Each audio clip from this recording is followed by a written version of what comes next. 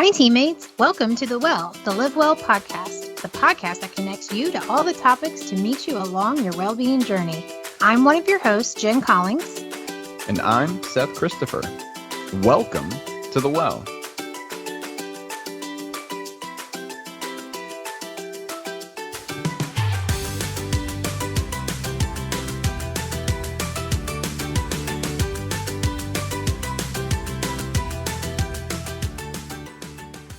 Hello, Seth. It's another edition of The Well.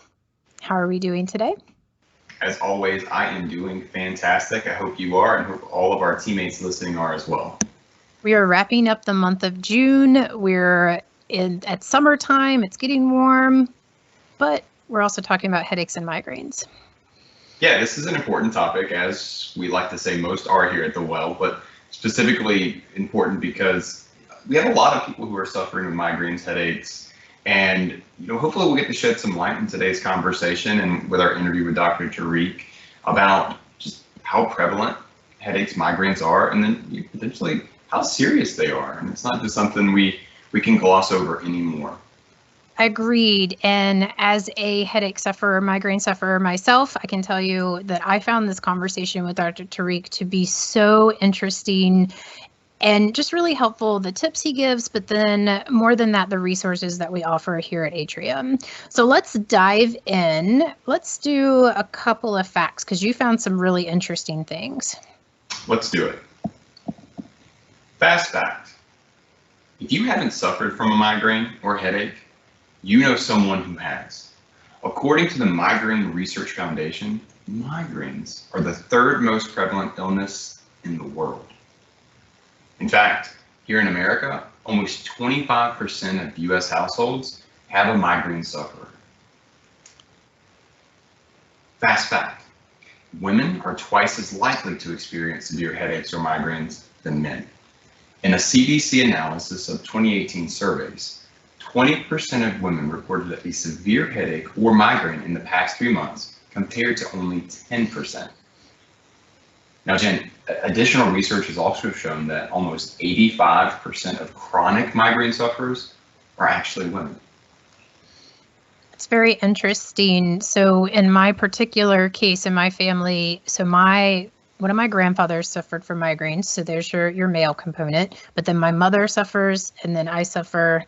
I don't know that my siblings do, but my daughter has some occasionally. So even in my own situation, I can attest that women tend to have more. It's a pretty debilitating chronic condition. If you have had a migraine in your life, it's something that you don't like it. You know when it's coming sometimes, and you want to do anything you can to keep it from getting worse.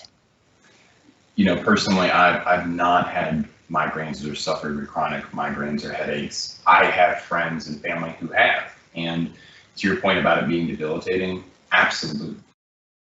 It significantly can diminish quality of life. It's not just something that we should really look over. It's imperative that we bring some light to the importance and the impact of having this condition. And not only is there potential for disability, given the estimates that about 1 in 5 sufferers are actually disabled, but there's an increased risk for anxiety, depression, sleep disorders, lack of ability to perform in daily activities of life that can just create this cyclical effect that impacts our both behavioral and physical activity.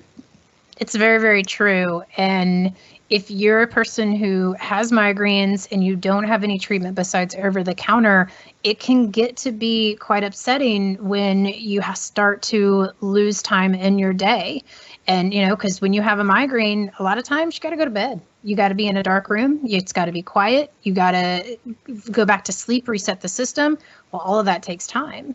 So it can be quite disruptive in its worst case. And, there are people who have light migraines, but then there are people who have, debilitating ones, and that's all they have. So it's what I like about our show today is we're going to provide some options for individuals. So those that are suffering and have no treatment, this is a great place for you to listen. But even those who maybe have treatment but don't feel like you're getting what you need, again, this is for you as well.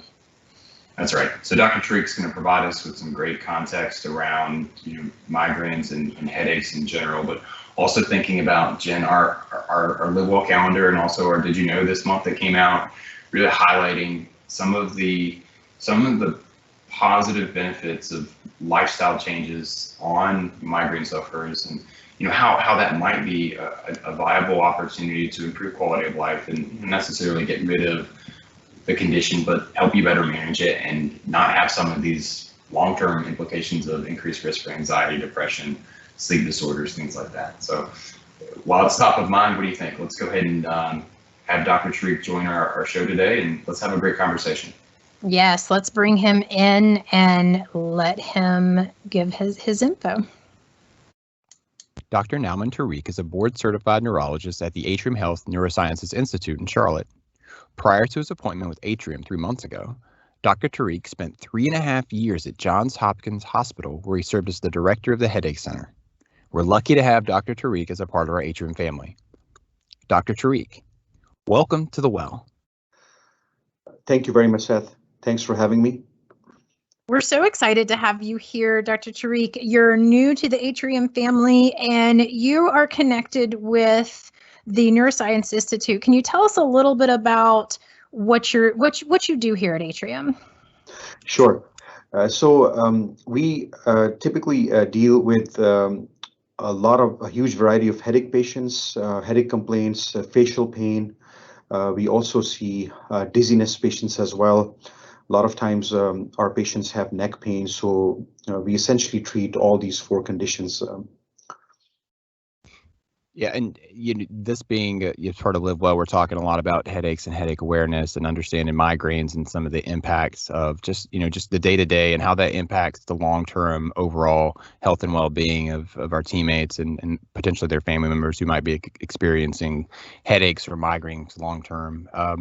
Maybe just so we can get a clear understanding, when we talk about migraines, we talk about headaches, are there different types, or are there certain distinctions we need to draw when we have these conversations?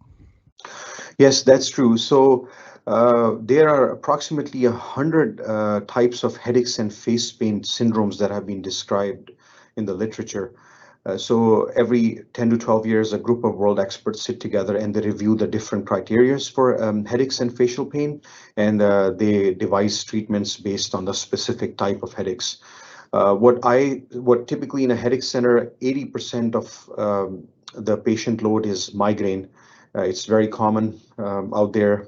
18% of Americans have migraine. So that's the bulk of our practice here. There are some other unusual, atypical, rare syndromes that we see as well. The second most common type of headache we see is cluster headache. We also see trigeminal neuralgia cases as well. That's amazing. 100 different types of headaches. So I am a migraine sufferer. I've had migraines for most of my life.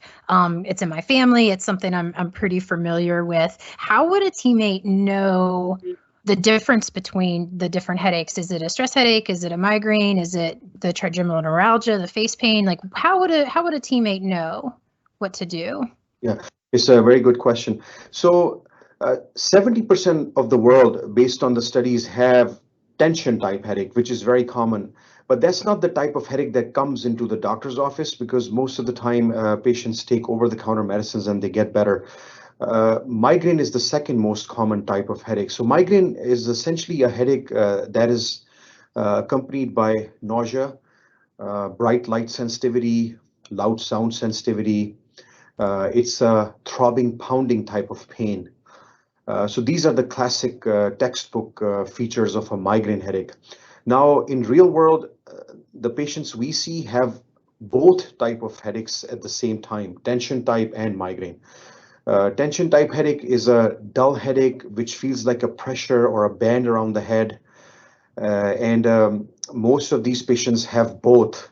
So the migraine treatments take precedence over the tension type headaches. Therefore, we take it as a migraine, even though they might have both elements.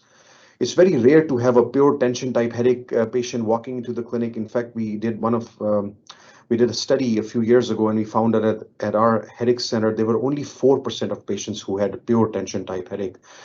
Majority of them had a mixed migraine and tension type picture. Wow. So you see a real high prevalence of migraines in your clinics and across the board of people seeking treatment, but it sounds like there could be a combination of both the migraine and the tension, but primarily that migraine is probably one of the more common that you're going to see. Yes, that is true. Migraine also varies in severity and frequency. So if person A migraine would be very different from person B's migraine. So sometimes it's hard to relate the kind of pain person A is feeling. So there's a spectrum of this condition out there in the community. Some patients may have a cognitive slowness. Some patients may even have weakness or numbness in their arm or leg. Some patients get a lot of vision symptoms with their migraine as well. It can be debilitating for some patients where they have to miss work, and for some it's not as debilitating, and sometimes they just would take over-the-counter medicines that will go away. I have patients who have one migraine a year. I have patients who have daily migraine for 30 years. So there's a lot of variation out there in the community. That's a pretty broad spectrum. I think you said 18% of the population suffers from some way, shape, form, or fashion of migraine, whether it's the one time a year or the long term. And I think sometimes in the larger conversations, maybe not so much these days, but in years past, the conversation around migraines was kind of a rub some dirt on it and get going type of conversation. And we know that from the research, from the data, from the symptoms, from all of the long-term effects, the short-term effects, the lack of quality of life, that this is a real serious problem that people need to take steps to prevent or to reduce some of the potential residual effects. Yes, I would agree with that. Nowadays, in the last 10 years, FDA has approved 11 new treatments for migraine, which is the largest number of treatments in any subspecialty in neurology. So that's good news for migraine sufferers. In general, if patients have tried over-the-counter medicines and they're not helping, and then I would highly encourage them to seek professional help. That was actually going to be my next question. At what point should a teammate who's been suffering from headaches or migraines, when should they seek treatment? And should they go to their regular doctor, or should they go straight to a neurologist or come to your clinic? Yeah, so there are two types of treatments we use for migraine headaches. One is abortive or rescue class of drugs. Examples are over-the-counter Tylenol, naproxen, Advil, and the other prescription drugs like triptans being the most common. So the outcome of that drug or the end result should be taking away the headache within 2 hours. The second class of drugs is the prophylactic or preventative class of drugs we use. Those are daily medicines or monthly medicines. They're scheduled. They're used in patients who have, some doctors are of the opinion, 8 or more days a month of headache, and some doctors start it earlier, 6 or more days a month of headache. So that's the cutoff, 6 days or 8 days, either one we can go with based on the frequency of headaches per month. That's the decision we make, whether to give a prophylactic class of drug or not. Now, your second question, going to primary care doctor or directly to a neurologist, if it's a headache that patients are having with light sensitivity, nausea, sound sensitivity, and I think going to a primary care physician first is most reasonable because they're very accessible. If those treatments are not helping, then we can take over and try to find other options for patients to help. Now, Dr. Tariq, you talked a little bit about the pharmacological interventions or treatments. Here at the Well, we talk a lot about the lifestyle, some of the modifications, the adjustment, whether that's primary, secondary. Are there any techniques, any lifestyle strategies that people can take for maybe not just the prevention, but maybe to reduce the effects of headaches and migraines? Absolutely. Lifestyle has got a lot to do with migraine frequency and severity. We have a small part in the brain called hypothalamus that is part of the brain that regulates sleep, that also regulates appetite, thirst. It is the same part that also lights up during functional MRI studies when patients is having an active migraine. So there's also evidence in the literature to support that having a set sleep and wake up schedule helps decrease the frequency of migraine. And also exercise at regular intervals, having adequate hydration. That means approximately 8 to 10 glasses of water a day, not skipping meals, not staying hungry for several hours. All these factors, they do improve the migraine severity and frequency. I think those are some really great tips and falls right in line with what we talk about here on the Well, about just good lifestyle habits, getting good sleep, exercising, being hydrated. Anything to do with diet besides keeping a regular diet and not allowing yourself to get too hungry? Any specifics there? Yeah, so that's a very good question. There's been a debate among headache specialists for decades regarding the role of specific diets, either helping migraine or being a migraine trigger. So some of the universal triggers we know are alcohol, that is prevalent in migraine patients being a trigger for headaches. We're not sure if it's the hangover headache that ultimately triggers a migraine or it intrinsically triggers a migraine. However, this is one of the very common triggers for migraine. In addition to alcohol, high amounts of caffeine can also trigger more migraines. So caffeine is called a double-edged sword in the world of headache medicine, which means is that if taken in small amounts and intermittently, it can actually help headache. However, if patients become dependent on caffeine, meaning more than 100 milligrams of caffeine a day, as you know, caffeine is very prevalent in our diets, especially in our drinks.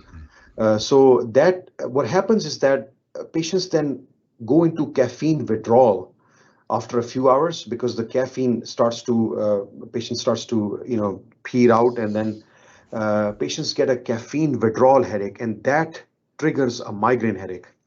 So that's why I tell my patients to keep caffeine at less than 100 milligrams a day, and that a lot of time actually helps.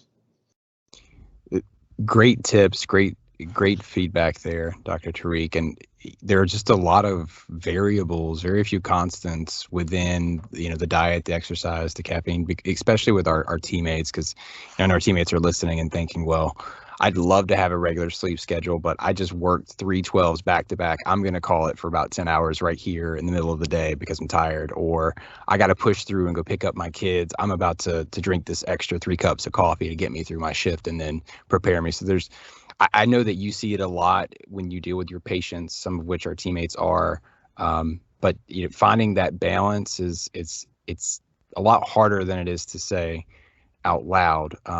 But it does sound like there's a formula for it, and you've really outlined some of those tips and those key items that we really need to consider when it comes to how to better manage headaches and migraines.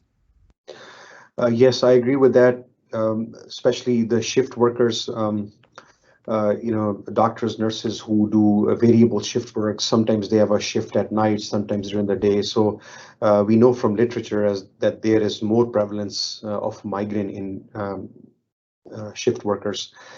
So what I tell my patients is to try if they could take the shifts at any particular set time during the week or during the month, so that does not result in a migraine trigger. If they're not able to do so, then we try to give them medicines to control those headaches. But yeah, I mean, lifestyle modification is still the best form of prevention for having to deal with more migraines. Like Seth said, sometimes it's difficult to do. So it's nice that there's medication that can step in when lifestyle can get a little bit hectic. Regarding the clinic itself, or if we have teammates who are interested in coming, do they need a referral or can they schedule directly? So they can do both. They can go to their primary care doctor and get a referral for the headache clinic. We are located at Edge Hill Road here in Charlotte. We also have 3 advanced practice providers in tertiary locations. I also have colleagues, 4 neurologists who have a special interest in headache, and they are board certified in headache medicine. So we also actually do monthly multidisciplinary meetings here virtually with these providers, as well as physical therapists and behavioral psychologists. And we discuss some difficult, complicated cases and try to find out ways how we can help them. So patients can get a referral from primary care doctor, or they can directly call the headache clinic and get an appointment. That sounds amazing. If someone is interested in coming, is there any prep work they need to do? Keep a headache diary, write down triggers, or anything they need to be prepared when they come to you? Yeah, that's an excellent question. Actually, a headache diary is very useful from a provider's perspective. So looking at the discrete data, number of days per month, that really helps us identify those patients who are at high risk of having more frequent headaches, and also try to streamline the treatment options for them. Like I said before, we decide on a prophylactic drug based on the number of days per month. So yes, having a headache diary, pretty simple one, just documenting their headache on the smartphone calendar would suffice. Here, patients come in and they fill a questionnaire which goes into a little more details about the triggers and the rest of the things, so that we already take care of when the patient comes to the office. This has been such great information. We want to thank you for taking time to be with us on The Well, and welcome to Atrium. It sounds like y'all are doing some amazing work. Thank you very much. Wow, what a great conversation. Lots of great talking points there with Dr. Tariq. You can tell that, he really knows his stuff, obviously, but that he has a true passion for this and something that he's been invested with a large portion of his career. So we're very thankful for his time here with us. He did bring a mountain of knowledge to The Well today, and it's just interesting to hear what Atrium is doing through the Neurosciences Institute, and the fact that we do have that as a specialty. I think that really just sets us apart from the rest. And Jen, you were saying that a pretty amazing website that you just happened to just spend a half hour in. So there's a lot of information there, teammates. Take to heart the tips that Dr. Tariq was able to walk us through today, but also the resources that are available for you through Atrium Health, through the Neurosciences Institute, should you need. Exactly. So fun conversation today. Really appreciated the chat with Dr. Tariq. He gave us a lot of tips, a lot of pointers. Jen, we talked a lot about fast facts and mythbusters. For teammates that are trying to get the big point out of today's conversation, what exactly did we learn today? We learned, Seth, that migraines are the second most common form of headaches, and that they affect women more often than men. And Seth, one of the things that I found just fascinating is Dr. Tariq told us there are more than 100 different types of headaches. That's something I just didn't know. As you talked about through the Neurosciences Institute, I want to go into that a little bit. We learned that lifestyle can play a role with frequency and severity of headaches. Things such as sleep, thirst, hunger, a lack of physical activity, and too much caffeine can contribute to your headaches. Also, the Atrium Health Neurosciences Institute is a great place for teammates to go if they're not getting relief with the treatments offered by their primary care physicians. If you're interested, you can get a referral through your primary care, or you can call the Institute directly and make an appointment. So this is where, as I was putting this together, I got looking on their website, and I totally did a deep dive on their website. The Institute has more than 10 locations around the system, and they do more than headaches. So it's not just a headache center. If you go to the website, some but not all of the services, I couldn't list everything here, but some are Botox, Alzheimer's disease, multiple sclerosis, Parkinson's disease, and just so much more. We're going to post the website in our comments for teammates to go and look. And it sounds like teammates, one of the best, maybe not preventable things that you can do, but one of the best potential treatments that you can put forth for yourself is getting the sleep, avoiding the excess caffeine, and doing your best with physical activity and diet. Remember, just a little bit better today than yesterday, a little bit better tomorrow than today. Just making those tiny steps. We here at Live Well, we've got tons of resources for you, whether it's through the Live Well fitness page, our nutrition channels. Make sure you're logging in the Well podcast. We try to provide as much resources for you as we can. We know it's not easy. You're balancing a lot, but take advantage of these resources. And as Dr. Tariq pointed out, if you haven't already spoken with a primary care provider, if you're not set up with a doctor or your advanced practice practitioner, go ahead and do that. Make that your first step, because that can be the first step to a lot of positive benefits for you if you're not currently engaged in treatment, and potentially something that you might identify in your visit. Well said. Nice wrap up. Our next podcast will be July 1st, and we will be coming up on 1 year of the Well. Can you believe it? We have been offering this podcast for an entire year this coming July. I cannot believe it. It's been quite the year. It's been quite the year. Yeah, I would also put this shout out for our teammates. Teammates, if you've been listening to us for a year, if you've been drinking from the well for the last year, shoot us a message. Let us know. We'd love to hear from you. Jennifer Collins, Seth Christopher, we'd love to get your feedback, whether that's on Yammer, through email. Shoot us a note. Tell us what you've liked so far about the last year, where we filled your cup, and where maybe we need to dig a little bit deeper into the well and give some better feedback. So looking forward to hearing that, and also looking forward to celebrating the corner and going into year 2. Yep, year 2 is going to be fantastic. We are in the process of doing some planning, and there may be some changes, some good positive changes coming to the well. So stay tuned, keep in touch with us. And I love that, Seth, for the shout out for teammates to reach out. If there are particular topics of shows you'd like us to cover, let us know. We can add that to our planning for 2022. Tons to take track of today, Jen. Lots that happened on our podcast. There's a lot that's happening around Live Well too. Why don't you tell us a little bit about that? Seth, for our Live Well happenings today, we have a special guest. We're going to play an audio clip from our very own Jill Ashburner. Looking forward to it. I think she's got a lot of great information for us on one of the biggest events here in the greater Charlotte region. We're going to talk about 24 Hours of Booty and really hammer home some of the more important points about what that event symbolizes for a lot of people here in the community, and a lot of the great work that transitions from the efforts of people participating in that event. Agreed. Let's play that clip now. Hey teammates, I'm excited to tell you about an event that's happening soon right here in the Charlotte metro area. It's the 20th anniversary of 24 Hours of Booty. So this is an event that happens the last weekend in July. So this year it'll be July 30th and 31st. It happens in the Myers Park neighborhood around Queens Road. This is an impactful event that, like I said, has been going on for 20 years.